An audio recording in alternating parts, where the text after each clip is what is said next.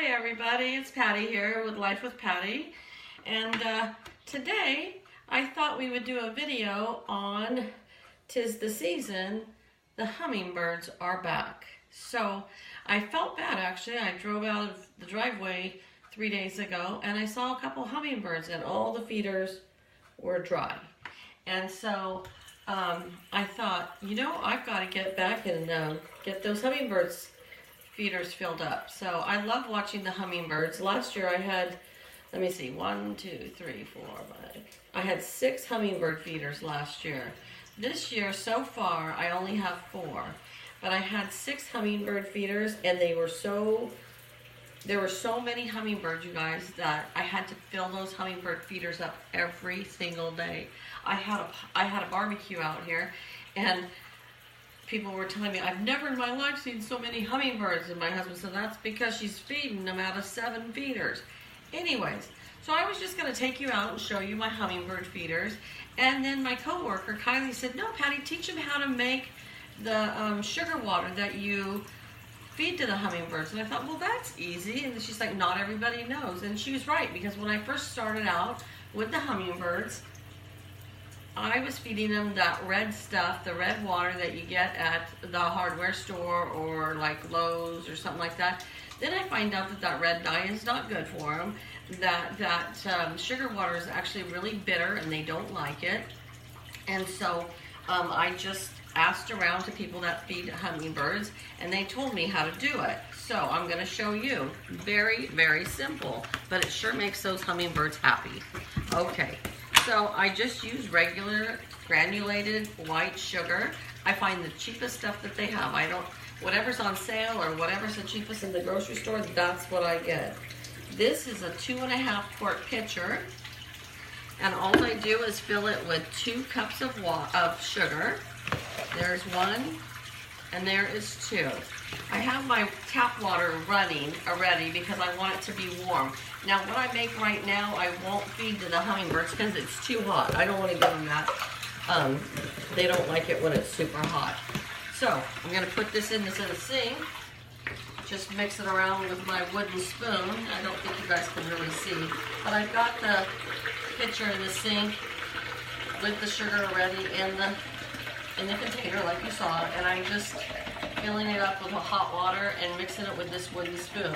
When I first started doing it, I was boiling it on the stove, letting it cool, and then filling up the pitchers. And my husband said, I really don't think you need to do that. I think if you just use really warm tap water, it'll dissolve your sugar, because that's all you're trying to do is dissolve your sugar. So that's it, you guys. Hummingbird juice right there. Okay, I'm going to let this one cool overnight, so we won't use that one tonight.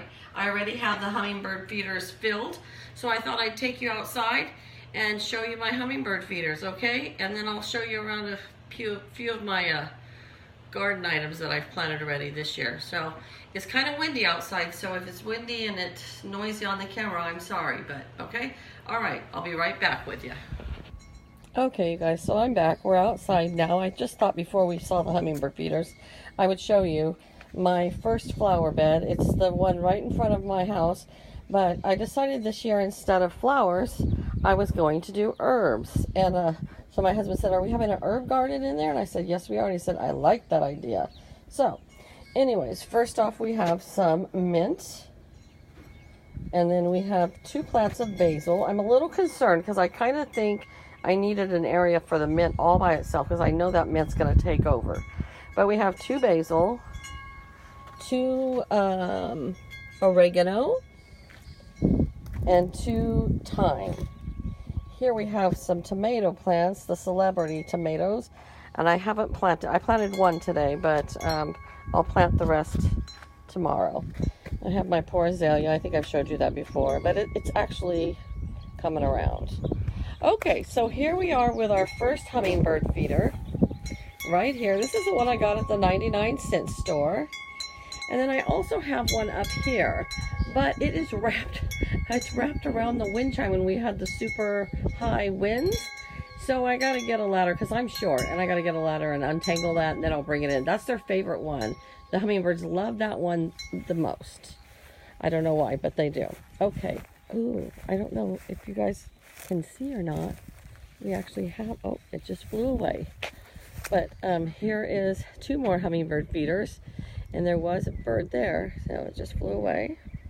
And then over here I planted some parsley, and then I think my husband killed my succulent there because he was spraying the weeds.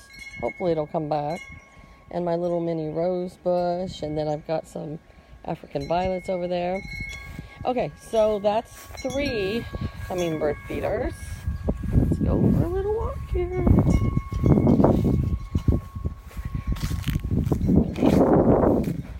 And this hook right here, I usually have 2 feeders on, but my feeders last year were really old, so I actually got rid of those, and so I have to replace those. But I bought this feeder, and I didn't realize that it didn't have a hook on it. It has to be on a stationary thing, so I just put it up here, and actually I've been seeing the hummingbirds up there feeding off of it. So, and I'm watering one of my daisy bushes that's kind of out here all by itself, but it was happy with all the water we got this year.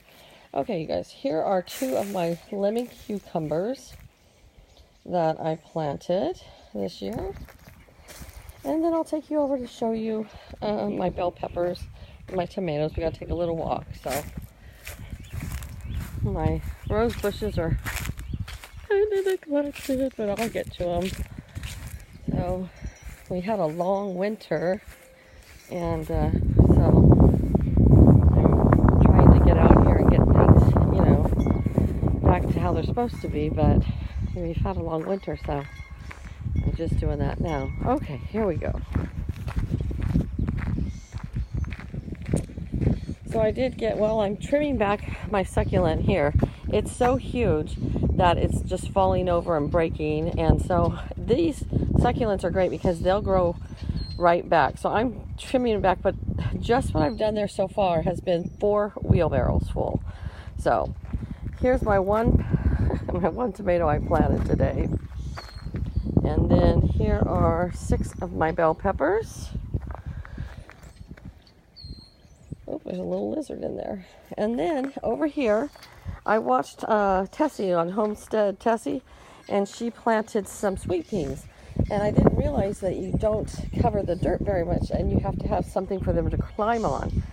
So this is our dog kennel, but we don't have a dog in there anymore. And so I'm going to plant my sweet peas right along here because they can climb on this fence, which will be awesome. I'm hoping to put some chickens in here, but we'll see. Okay, you guys. Well, let's show you how beautiful it is over here.